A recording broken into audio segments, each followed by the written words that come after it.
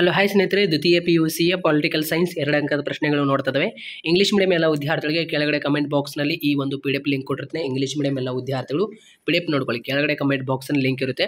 ಸ್ನೇಹಿತರೆ, ನಾನು already political science ಮೇಲೆ 5 ಅಂಕದ ಪ್ರಶ್ನೆಗಳು ಮತ್ತು 10 ಅಂಕದ ಪ್ರಶ್ನೆ ಮೇಲೆ ವಿಡಿಯೋ ಮಾಡಿದ್ದೀನಿ. ಅಲ್ಲಿ ಸ್ಕ್ರೀನ್ ಮೇಲೆ ಕಾಣ್ತದಲ್ಲ ಈ ಒಂದು ವಿಡಿಯೋ. ಸೊ ಎಲ್ಲ ವಿದ್ಯಾರ್ಥಿಗಳು ಕೆಳಗಡೆ ಕಮೆಂಟ್ ಬಾಕ್ಸ್ನಲ್ಲಿ ಲಿಂಕ್ ಕೊಟ್ಟಿರ್ತೀನಿ, ಎಲ್ಲ ವಿದ್ಯಾರ್ಥಿಗಳು ಹೋಗಿ ನೋಡ್ಕೊಳ್ಳಿ. ಮತ್ತು ಈ ಒಂದು PDF ನಾನು ಇಂಗ್ಲೀಷ್ ಮೀಡಿಯಂ ಎಲ್ಲ ವಿದ್ಯಾರ್ಥಿಗಳ ವರ್ಷನ್ ಕೆಳಗಡೆ ಕಮೆಂಟ್ ಬಾಕ್ಸ್ನಲ್ಲಿ ಲಿಂಕ್ ಕೊಟ್ಟಿರ್ತೀನಿ. ಇಂಗ್ಲೀಷ್ ಮೀಡಿಯಂ ಎಲ್ಲ ವಿದ್ಯಾರ್ಥಿಗಳಿಗೆ ಕೆಳಗಡೆ ಕಮೆಂಟ್ ಬಾಕ್ಸ್ನಲ್ಲಿ PDF ಲಿಂಕ್ ಆಗಿರುತ್ತೆ. ಈ ಒಂದು PDF ನಾನು 2 PDF ಇಂಗ್ಲೀಷ್ ಮೀಡಿಯಂ ಮತ್ತು ಕನ್ನಡ ಮೀಡಿಯಂ ಬೋತ್ ಮೀಡಿಯಂ ಎಲ್ಲ ವಿದ್ಯಾರ್ಥಿಗಳ PDF ನಾನು ಟೆಲಿಗ್ರಾಮ್ನಲ್ಲಿ ಇಲ್ಲಿ ನೋಡ್ತಾ ಇರ್ಬೋದು ಸೆಂಡ್ ಮಾಡಿದ್ದೇನೆ. ಸೊ ಎಲ್ಲ ವಿದ್ಯಾರ್ಥಿಗಳು ಹೋಗಿ ನೋಡ್ಕೊಳ್ಳಿ, ಆಯಿತಾ. ಬನ್ನಿ, ಇವಾಗ 2 ಅಂಕದ ಪ್ರಶ್ನೆಗಳು ವೆರಿ ಇಂಪಾರ್ಟೆಂಟ್ ಆಗಿರುತ್ತೆ. ಸೊ ಎಲ್ಲ ವಿದ್ಯಾರ್ಥಿಗಳು ಗಮನ ಇಟ್ಟುಕೊಳ್ಳಿ. ಫೆಡರಲ್ ನ್ಯಾಯಾಲಯವನ್ನು ಎಲ್ಲಿ ಮತ್ತು ಯಾವಾಗ ಸ್ಥಾಪನೆ ಆಯಿತು? ಇದಕ್ಕೆ ಆನ್ಸರ್ ಆಗಿರುತ್ತೆ. ಭಾರತದ ದೆಹಲಿಯಲ್ಲಿ 1937ರಲ್ಲಿ ಸ್ಥಾಪನೆ ಆಯಿತು. ಇದಕ್ಕೆ ಆನ್ಸರ್ ಆಗಿರುತ್ತೆ. ಅದೇ ರೀತಿ ಸೈಮನ್ ಕಮಿಷನ್ ಏಕೆ ನೇಮಿಸಲಾಯಿತು? ಈ ಒಂದು ಪ್ರಶ್ನೆಗೆ ಆನ್ಸರ್ ನೋಡಿ. ಭಾರತಕ್ಕೆ ಸ್ವಾತಂತ್ರ್ಯ ಡೊಮಿನಿಯನ್ ಸ್ಥಾಪಿಸಲು, ಅಂದರೆ ಸ್ಥಾನಮಾನ ನೀಡಲು. ಅದೇ ರೀತಿ 1919ರ ಕಾಯ್ದೆಯ ಕುರಿತು ವರದಿ ನೀಡಲು ಅಂತ. ಅದೇ ರೀತಿ ನೆಕ್ಸ್ಟ್ ಕ್ವಶನ್, ಬಾಂಬೆಯನ್ನು ಎಷ್ಟು ರಾಜ್ಯಗಳಾಗಿ ವಿಂಗಡಿಸಲಾಯಿತು? ಅವು ಯಾವ್ಯಾವ? ವೆರಿ ಇಂಪಾರ್ಟೆಂಟ್ ಆಗಿರುತ್ತೆ. ಗುಜರಾತ್ ಮತ್ತು ಮಹಾರಾಷ್ಟ್ರ. ಅದೇ ರೀತಿ 1935ರ ಕಾಯ್ದೆಯ ಎಷ್ಟು ವಿಧಿಗಳು ಮತ್ತು ಸ್ಕೆಡ್ಯೂಲ್ಗಳಿವೆ? ವೆರಿ ಇಂಪಾರ್ಟೆಂಟ್ ಆಗಿರುತ್ತೆ ಸ್ನೇಹಿತರೆ, ಆಯಿತಾ. 321 ವಿಧಿಗಳು ಮತ್ತು 10 ಸ್ಕೆಡ್ಯೂಲ್ಗಳಿವೆ, ಆಯಿತಾ. 10 ಸ್ಕೆಡ್ಯೂಲ್ಗಳಿವೆ, ಆಯಿತಾ. ಅದೇ ರೀತಿ next question, instrument of action ಅಂದರೇನು? ಭಾರತದ ಒಕ್ಕೂಟದಲ್ಲಿ ಮಾಡಿಕೊಳ್ಳುವ ಒಪ್ಪಂದವನ್ನು ಇನ್ಸ್ಟ್ರೂಮೆಂಟ್ ಆಫ್ ಆ್ಯಕ್ಷನ್ ಎನ್ನುವರು. ಅದೇ ರೀತಿ ನಿಮಗೆ ಇಲ್ಲಿ ಸ್ಕ್ರೀನ್ ಮೇಲೆ ಕಾಣ್ತದಲ್ಲ ಈ ಒಂದು ಪ್ರಶ್ನೆ ಕೂಡ ನೋಡ್ಕೊಳ್ಳಿ. ಯಾವುದಂದರೆ ಆಪರೇಷನ್ ಪೋಲೋ ಎಂದರೇನು? ಹೈದರಾಬಾದಿನ ನಿಜಾಮನ ದಂಗೆಯನ್ನು ನಿಯಂತ್ರಿಸಲು ರಚಿಸಿದ ಪೊಲೀಸ್ ಕಾರ್ಯಾಚರಣೆಯನ್ನು ಆಪರೇಷನ್ ಪೋಲೋ ಎನ್ನುವರು.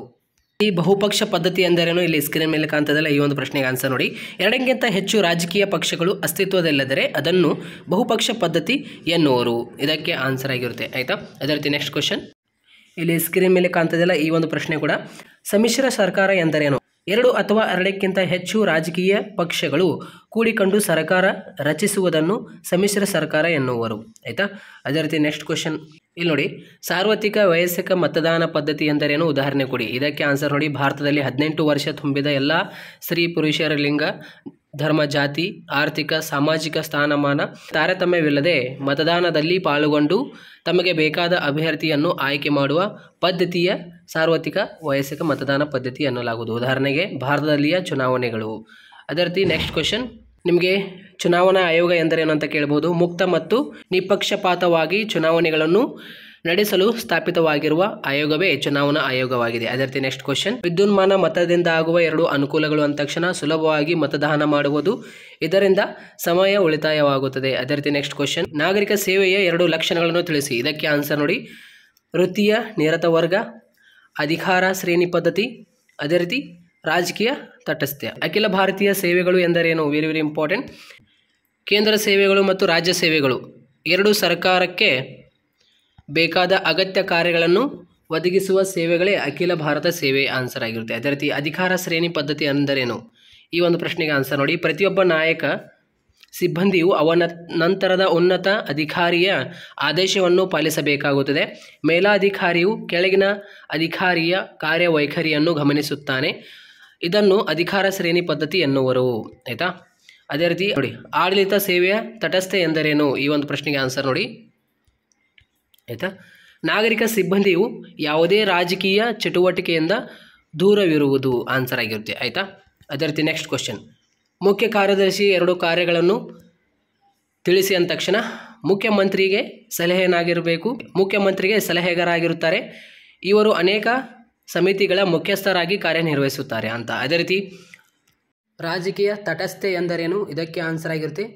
ನಾಗರಿಕ ಸೇವಾ ವರ್ಗದ ನೌಕರರ ಸಂವಿಧಾನದ ಚೌಕಟ್ಟಿನಲ್ಲಿ ಕರ್ತವ್ಯ ನಿರ್ವಹಿಸಿ ಯಾವುದೇ ರಾಜಕೀಯ ಪಕ್ಷದೊಂದಿಗೆ ಗುರುತಿಸಿಕೊಳ್ಳುವುದೇ ರಾಜಕೀಯವಾಗಿ ತಟಸ್ಥವಾಗಿರುವುದೇ ರಾಜಕೀಯ ತಾಟಸ್ಥ್ಯವಾಗಿದೆ. ಇದಕ್ಕೆ ಆನ್ಸರ್ ಆಗಿರುತ್ತೆ. ಇಂಗ್ಲೀಷ್ ಮೀಡಿಯಂ ಎಲ್ಲ ವಿದ್ಯಾರ್ಥಿಗಳು ಕೂಡ ಕೆಳಗಡೆ ಗಮನಿಸಬಹುದು. ಅಖಿಲ ಭಾರತ ಸೇವೆಗಳಿಗೆ 2 ಉದಾಹರಣೆಗಳನ್ನು ನೀಡಿ. ಇದಕ್ಕೆ ಆನ್ಸರ್ ಆಗಿರುತ್ತೆ. IPS ಮತ್ತು IAS ಮತ್ತು IFS, ಆಯಿತಾ. IAS ಮತ್ತು IPS ಮತ್ತು IFS. ಅದೇ ರೀತಿ ಚಿಪ್ಕೋ ಚಳುವಳಿಯ 2 ನೇತಾರರನ್ನು ಹೆಸರಿಸಿ. ಇದಕ್ಕೆ ಆನ್ಸರ್ ಆಗಿರುತ್ತೆ. ಚಾಂಡಿ ಪ್ರಸಾದ್ ಭಟ್, ಸುಂದರ್ಲಾಲ್ ಬಹುಗುಣ, ಅದೇ ರೀತಿ ಘನಶ್ಯಾಮ್ ಶಾತೋರಿ, ಧೂಮ್ ಸಿಂಗ್ ನೇಗಿ. ಅದೇ ರೀತಿ ಇಲ್ಲಿ ಸ್ಕ್ರೀನ್ ಮೇಲೆ ನಿಮಗೆ ಕಾಣ್ತಾ ಇಲ್ಲ, ಈ ಒಂದು ಪ್ರಶ್ನೆ ಕೂಡ ವೆರಿ ವೆರಿ ಇಂಪಾರ್ಟೆಂಟ್ ಆಗಿರುತ್ತೆ. ಅಂಬೇಡ್ಕರ್ ಅವರ 3 ವಾಣಿಗಳು ಯಾವ್ಯಾವು ಅಂತ ಪ್ರಶ್ನೆ. ಶಿಕ್ಷಣ, ಸಂಘಟನೆ, ಹೋರಾಟ. ಆಯಿತಾ. ಅದೇ ರೀತಿ ಪ್ರಾಚೀನ ಕಾಲದ 4 ಸಾಮಾಜಿಕ ವರ್ಗಗಳು ಯಾವ್ಯಾವು ಅಂತ. ಬ್ರಾಹ್ಮಣ, ಕ್ಷೇತ್ರೀಯ, ವೈಶ್ಯವ, ಶೂದ್ರ. ಆಯಿತಾ, ಆನ್ಸರ್ ಆಗಿರುತ್ತೆ. ಅದೇ ರೀತಿ ನೆಕ್ಸ್ಟ್ ಕ್ವಶನ್, ಮರ್ಯಾದೆ ಹತ್ಯೆ ಎಂದರೇನು ನೋಡಿ. ಅನ್ಯ ಧರ್ಮಿಕರೊಡನೆ ಮದುವೆ ಆದ ವ್ಯಕ್ತಿಯನ್ನು ಆತನ ಕುಟುಂಬವರೇ ತಮ್ಮ ಕುಟುಂಬದ ಮಾನಗೌರವಕ್ಕಾಗಿ ಆ ವ್ಯಕ್ತಿಯನ್ನು ಹತ್ಯೆ ಮಾಡುವುದು ಆನ್ಸರ್ ಆಗಿರುತ್ತೆ. Very very important. ರಾಷ್ಟ್ರ ನಿರ್ಮಾಣದ ಒಂದು ವಾಕ್ಯವನ್ನು ಕೊಡಿ ಅಂತ. ಆಯಿತಾ. ಮೆರಾನ್ ಅವರ ಪ್ರಕಾರ ರಾಷ್ಟ್ರ ನಿರ್ಮಾಣ ಎಂಬುದು ಜನರನ್ನು ಸಂಘಟಿಸಿ ಅವರಲ್ಲಿ ಸಾಮರಸ್ಯ ಸಾಧಿಸಿ ಎಲ್ಲರೂ ಒಪ್ಪಿಕೊಳ್ಳುವ ವ್ಯವಸ್ಥೆಯನ್ನು ನಿರ್ಮಿಸುವ ವಿಶಾಲ ಪ್ರಕ್ರಿಯೆಯಾಗಿದೆ ಅಂತ. ಅದೇ ರೀತಿ ನೆಕ್ಸ್ಟ್ ಕ್ವಶನ್, ಅಸಮಾನತೆ ಎಂದರೇನು. ಜಾತಿ, ಧರ್ಮ, ಲಿಂಗ, ಜನ್ಮಸ್ಥಳ ಮುಂತಾದವುಗಳ ಆಧಾರದ ಮೇಲೆ ಕೆಲವು ವರ್ಗಗಳನ್ನು ಅವಕಾಶಗಳನ್ನು ಮತ್ತು ಸೌಲಭ್ಯಗಳಿಂದ ವಂಚಿತವಾಗಿಸುವುದನ್ನು ತಾರತಮ್ಯ ಮಾಡುವುದನ್ನು ಅಸಮಾನತೆ ಎನ್ನುವರು. ಅದೇ ರೀತಿ ನೆಕ್ಸ್ಟ್ ಕ್ವಶನ್, ಕಡ್ಡಾಯ ಶಿಕ್ಷಣ ಎಂದರೇನು. ತಂದೆ ತಾಯಿ ಪಾಲಕರು ತಮ್ಮ ಮಕ್ಕಳಿಗೆ 6 ರಿಂದ 14 ವರ್ಷದ ಎಲ್ಲ ಮಕ್ಕಳಿಗೆ ಕಡ್ಡಾಯ ಶಿಕ್ಷಣ ಅಂದರೆ ಶಿಕ್ಷಣವನ್ನು ನೀಡುವ ನೀತಿಗೆ ಕಡ್ಡಾಯ ಶಿಕ್ಷಣ ಎನ್ನುವರು. ಅದೇ ರೀತಿ ಕೋಮುವಾದ ಎಂದರೆ ಒಂದು ನಿರ್ದಿಷ್ಟ ವರ್ಗದ ಗುಂಪು ತಮ್ಮ ಧರ್ಮದ ಬಗ್ಗೆ ಅಪರಿಮಿತ ಅಭಿಮಾನವನ್ನು ಹೊಂದಿದ್ದು ಇತರೆ ಧರ್ಮದ ಬಗ್ಗೆ ಕೀಳುರಿಮೆಯನ್ನು ಮೂಡಿಸಿ ತಮ್ಮ ಧರ್ಮವೇ ಶ್ರೇಷ್ಠ, ಇತರೆ ಧರ್ಮಗಳು ಕನಿಷ್ಠ ಎಂಬ ಪ್ರವೃತ್ತಿಯನ್ನು ಬೀರುವುದೇ ಕೋಮುವಾದ ಆಗಿದೆ. ವಿಶ್ವಸಂಸ್ಥೆಯ 2 ಉದ್ದೇಶಗಳು ಇದಕ್ಕೆ ಆನ್ಸರ್ ಆಗಿರುತ್ತೆ. ರಾಷ್ಟ್ರಗಳ ನಡುವೆ ಸ್ನೇಹ ಸಂಬಂಧ, ಅಂತಾರಾಷ್ಟ್ರೀಯ ಮಟ್ಟದಲ್ಲಿ ಶಾಂತಿ ಹಾಗೂ ಭದ್ರತೆ ಕಾಪಾಡುವುದು. ಅದೇ ರೀತಿ ನೆಕ್ಸ್ಟ್ ಕ್ವಶನ್, ವಿಶ್ವಸಂಸ್ಥೆಯ 2 ಅಂಗಗಳು ಸಾಮಾನ್ಯ ಸಭೆ ಮತ್ತು ಭದ್ರತಾ ಮಂಡಳಿ. ಅದೇ ರೀತಿ ಅಂತಾರಾಷ್ಟ್ರೀಯ ಸಂಬಂಧಗಳ ಒಂದು ವ್ಯಾಖ್ಯೆ ನೀಡಿ ಅಂತ ನಿಮಗೆ ಪ್ರಶ್ನೆ. ಆಯಿತಾ. ಜೋಸೆಫ್ ಅವರ ಪ್ರಕಾರ ನೋಡಿ, ಅಂತಾರಾಷ್ಟ್ರೀಯ ಸಂಬಂಧ ಎಂಬುದು ಅಂತಾರಾಷ್ಟ್ರೀಯ ವ್ಯವಸ್ಥೆಯ ರಾಷ್ಟ್ರಗಳೇ ನಡುವೆ ಅಥವಾ ವಿವಿಧ ಸಂಘಟನೆಗಳ ನಡುವೆ ಪ್ರಕ್ರಿಯೆಗಳ ಅಧ್ಯಯನ ಮಾಡುವುದು. ವೆರಿ ವೆರಿ ಇಂಪಾರ್ಟೆಂಟ್ ಆಗಿರುತ್ತೆ. ಬ್ರಿಕ್ಸ್ನ 2 ಸದಸ್ಯ ರಾಷ್ಟ್ರಗಳನ್ನು ಹೆಸರಿಸಿ. Very very important. ಆಯಿತಾ. ಭಾರತ, ದಕ್ಷಿಣ ಮತ್ತು ಆಫ್ರಿಕಾ, ರಷ್ಯಾ ಮತ್ತು ಬ್ರೆಜಿಲ್, ಚೀನಾ ಯಾವುದಾದ್ರೂ 2 ಬರೀಬೇಕಾಗಿರುತ್ತೆ. ಸಾರ್ಕ್ನ 2 ಸದಸ್ಯ ರಾಷ್ಟ್ರಗಳನ್ನು ಹೆಸರಿಸಿದ ತಕ್ಷಣ ಭಾರತ್, ನೇಪಾಳ್, ಬಾಂಗ್ಲಾದೇಶ್, ಮಾಲ್ಡೀವ್ಸ್, ಶ್ರೀಲಂಕಾ ಯಾವುದಾದ್ರೂ 2 ಬರೀಬೇಕಾಗಿರುತ್ತೆ. ಆಯಿತಾ. ಅದೇ ರೀತಿ ಇಲ್ಲಿ ಸ್ಕ್ರೀನ್ ಮೇಲೆ ನಿಮಗೆ ಇನ್ನೊಂದು ಪ್ರಶ್ನೆ ವೆರಿ ವೆರಿ ಇಂಪಾರ್ಟೆಂಟ್ ಅಂದರೆ ಅಸ್ಮಿತೆ ರಾಜಕಾರಣ ಅರ್ಥವನ್ನು ಬರೆಯಿರಿ. ಇದಕ್ಕೆ ಆನ್ಸರ್ ಆಗಿರುತ್ತೆ. ಜನಾಂಗ, ಭಾಷೆ, ಧರ್ಮ, ಲಿಂಗ ಇವುಗಳ ಆಧಾರದ ಮೇಲೆ ಒಬ್ಬ ವ್ಯಕ್ತಿಯು ತನ್ನತನವನ್ನು ಉಳಿಸಿಕೊಳ್ಳುವುದೇ ಅಸ್ಮಿತೆ ರಾಜಕಾರಣದ ಅರ್ಥವಾಗಿದೆ. ಇದಕ್ಕೆ ಆನ್ಸರ್ ಆಗಿರುತ್ತೆ. ನೆಕ್ಸ್ಟ್ ಕ್ವಶನ್, ಭ್ರಷ್ಟಾಚಾರ ಎಂದರೆ ಸಾರ್ವಜನಿಕ ಅಧಿಕಾರವನ್ನು ಸ್ವಂತ ಹಿತಾಸಕ್ತಿಯ ಮೂಲಕ ಉಪಯೋಗಿಸಿಕೊಳ್ಳುವುದನ್ನು ಭ್ರಷ್ಟಾಚಾರ ಎನ್ನುವರು. ಆಯಿತಾ. ನೆಕ್ಸ್ಟ್ ಕ್ವಶನ್, ಪ್ರತಿಭಾ ಪಲಾಯನವಾದ ಅರ್ಥವನ್ನು ನಿಮಗೆ ಪ್ರಶ್ನೆ ಕೇಳ್ಬೋದು. ಉದಾರೀಕರಣದ ನೀತಿಯಿಂದ ಪ್ರತಿಭಾವಂತ ವಿದ್ಯಾರ್ಥಿಗಳ ಸಮೂಹ ಹೆಚ್ಚಿನ ಹಣ, ಸೌಲಭ್ಯ, ಪ್ರತಿಷ್ಠೆಗಾಗಿ ವಿದೇಶಗಳಿಗೆ ಹೋಗುವುದನ್ನು ಪ್ರತಿಭಾ ಪಲಾಯನ ಎನ್ನುವರು. ಈ ಒಂದು ಪ್ರಶ್ನೆ ವೆರಿ ವೆರಿ ಇಂಪಾರ್ಟೆಂಟ್. ಶಕ್ತಿ ಬಣಗಳು ಎಂದರೇನು ಉದಾಹರಣೆ ಕೊಡಿ. ಸೈದ್ಧಾಂತಿಕ ಹಿನ್ನೆಲೆಯ ಆಧಾರ ಮೇಲೆ ಶೀತಲ ಸಮರದೊಂದಿಗೆ ಹುಟ್ಟಿಕೊಂಡ ಮಿಲಿಟರಿ ಬಣಗಳೇ ಶಕ್ತಿ ಬಣಗಳು. ಉದಾಹರಣೆಗೆ ಅಮೆರಿಕ ಮತ್ತು ರಷ್ಯಾ ಆನ್ಸರ್ ಆಗಿರುತ್ತೆ. ಅದೇ ರೀತಿ ನೆಕ್ಸ್ಟ್ ಕ್ವಶನ್, ರಾಷ್ಟ್ರೀಯ ಹಿತಾಸಕ್ತಿ ಎಂದರೇನು. ಒಂದು ರಾಷ್ಟ್ರವು ಮತ್ತೊಂದು ರಾಷ್ಟ್ರದ ರಾಷ್ಟ್ರೀಯತೆಯ ಹಿತಾಸಕ್ತಿಗೆ ಅನುಗುಣವಾಗಿ ತೆಗೆದುಕೊಳ್ಳುವ ನಿರ್ಧಾರವನ್ನು ರಾಷ್ಟ್ರೀಯ ಹಿತಾಸಕ್ತಿ ಎನ್ನುತ್ತೇವೆ. ಈ ಒಂದು ಪ್ರಶ್ನೆ. ಭದ್ರತಾ ಮಂಡಳಿಯ 2 ಖಾಯಂ ಸದಸ್ಯರನ್ನು ಹೆಸರಿಸಿ. ಅಮೆರಿಕ, ರಷ್ಯಾ ಮತ್ತು ಚೀನಾ. Very very important. NDಯ 2 ಮೈತ್ರಿಕೂಟಗಳನ್ನು ಹೆಸರಿಸಿ. ಅಂದರೆ ಮಿತ್ರಕೂಟಗಳನ್ನು ಅಂದರೆ ಮಿತ್ರ ಪಕ್ಷಗಳನ್ನು ಹೆಸರಿಸಿ. NDಯ 2 ಮಿತ್ರ ಪಕ್ಷಗಳನ್ನು ಹೆಸರಿಸಿ. ಇದಕ್ಕೆ ಆನ್ಸರ್ ಆಗಿರುತ್ತೆ. ಜನತಾದಳ, ಯುನೈಟೆಡ್ ಅಖಿಲ ಭಾರತ ಅಣ್ಣಾ ದ್ರಾವಿಡ್ ಕಳಗಂ, ಬಿಜು ಜನತಾದಳ ಮತ್ತು ಲೋಕ ಜನಶಕ್ತಿ ಪಕ್ಷ. ಆಯಿತಾ. ಅದೇ ರೀತಿ ನೆಕ್ಸ್ಟ್ ಕ್ವಶನ್, ತಾಸ್ಕೆಂಟ್ ಒಪ್ಪಂದಕ್ಕೆ ಸಹಿ ಹಾಕಿದರು ಯಾರು. Very very important. ತಾಸ್ಕೆಂಟ್ ಒಪ್ಪಂದದಲ್ಲಿ ಸಹಿ ಹಾಕಿದವರು ಯಾರು. ಲಾಲ್ ಬಹದ್ದೂರ್ ಶಾಸ್ತ್ರಿ ಭಾರತದಿಂದ, ಅಯೂಬ್ ಖಾನ್ ಪಾಕಿಸ್ತಾನದಿಂದ. ಭಾರತದ ವಿದೇಶಾಂಗ ನೀತಿಯ ಕೊಡುಗೆಗೆ ನೀಡಿದ ಯಾವುದಾದ್ರೂ 2 ಭಾರತದ ನಾಯಕರನ್ನು ಹೆಸರಿಸಿ.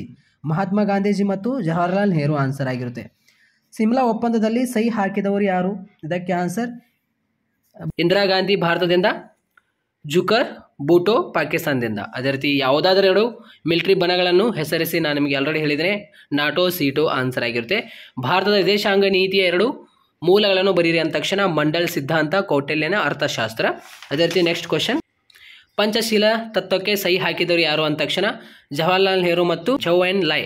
ಅದೇ ರೀತಿ ಶ್ರೀಲಂಕಾದ ಯಾವುದಾದ್ರೂ 2 ಉಗ್ರಾಮಿ ಉಗ್ರಾಮಿಯ ಸಂಘಟನೆಗಳನ್ನು ಹೆಸರಿಸಿ. ಇದಕ್ಕೆ ಆನ್ಸರ್ ಆಗಿರುತ್ತೆ ULF. ಅದೇ ರೀತಿ LTTE. ಅದೇ ರೀತಿ ನೆಕ್ಸ್ಟ್ ಕ್ವಶನ್, ಪಂಚಶೀಲ ಯಾವುದಾದರೂ 2 ತತ್ವಗಳನ್ನು ಬರೆಯಿರಿ ಅಂದ ತಕ್ಷಣ ನೋಡಿ, ಶಾಂತಿಯುತ ಸಹಬಾಳ್ವೆ, ಅದೇ ರೀತಿ ಪರಸ್ಪರ ಮಾಡಿದಿರುವುದು ಅಂತ. ಅದೇ ರೀತಿ ನೆಕ್ಸ್ಟ್ ಕ್ವಶನ್. ಈ ರೀತಿಯಲ್ಲಿ ನಿಮಗೆ ಇಂಪಾರ್ಟೆಂಟ್ ಕ್ವಶನ್ಸ್ಗಳಾಗಿತ್ತು ಸ್ನೇಹಿತರೆ. 2 ಅಂಕದ ಪ್ರಶ್ನೆಯಲ್ಲಿ ಇಷ್ಟೇ ಕ್ವಶನ್ಸ್ ನೋಡ್ಕೊಂಡು ಹೋಗ್ರಿ, ಡೆಫಿನೆಟ್ಲಿ ನಿಮಗೆ 10 ಮಾರ್ಕ್ಸ್ ಬರುತ್ತೆ ಸ್ನೇಹಿತರೆ 2 ಅಂಕದ ಪ್ರಶ್ನೆಯಲ್ಲಿ. ಆಯಿತಾ? ಇಂಗ್ಲೀಷ್ ಮೀಡಿಯಂ ಎಲ್ಲ ವಿದ್ಯಾರ್ಥಿಗಳಿಗೆ ಕೆಳಗಡೆ ಕಮೆಂಟ್ ಬಾಕ್ಸ್ನಲ್ಲಿ PDF ಲಿಂಕ್ ಕೊಟ್ಟಿರ್ತೀನಿ. ಸೊ ಎಲ್ಲ ವಿದ್ಯಾರ್ಥಿಗಳು ಹೋಗಿ ನೋಡ್ಕೊಳ್ಳಿ. ಆರಾಮಾಗಿ ಇಲ್ಲಿ ನೀವು 10 ಅಂಕವನ್ನು ಪಡೆದುಕೊಳ್ಳಬಹುದು. ಯಾವಾಗ ಮತ್ತು ಎಲ್ಲಿ ಪ್ರಥಮ ಅಲಿಪ್ತ ಶೃಂಗ ಸಭೆ ಜರುಗಿತು? ದಿನಾಂಕ 1-6 ಸೆಪ್ಟೆಂಬರ್ 1961 ನಡೆಯಿತು. ಎಲ್ಲಿ ಅಂದರೆ ರಾಷ್ಟ್ರೀಯ ಅಸೆಂಬ್ಲಿಯ ಸ್ಥಳಗಳು, ಅಂದರೆ ಇವಾಗ ಹೌಸ್ ಬಿಲ್ಗ್ರೇಡ್ ನಗರಗಳು. ಆಯಿತಾ? Next question. ಸೊ ಎಲ್ಲ ವಿದ್ಯಾರ್ಥಿಗಳಿಗೆ ಈ ಒಂದು ಶೇರ್ ಮಾಡಿ. ತುಂಬ ಧನ್ಯವಾದಗಳು. Thank you so much.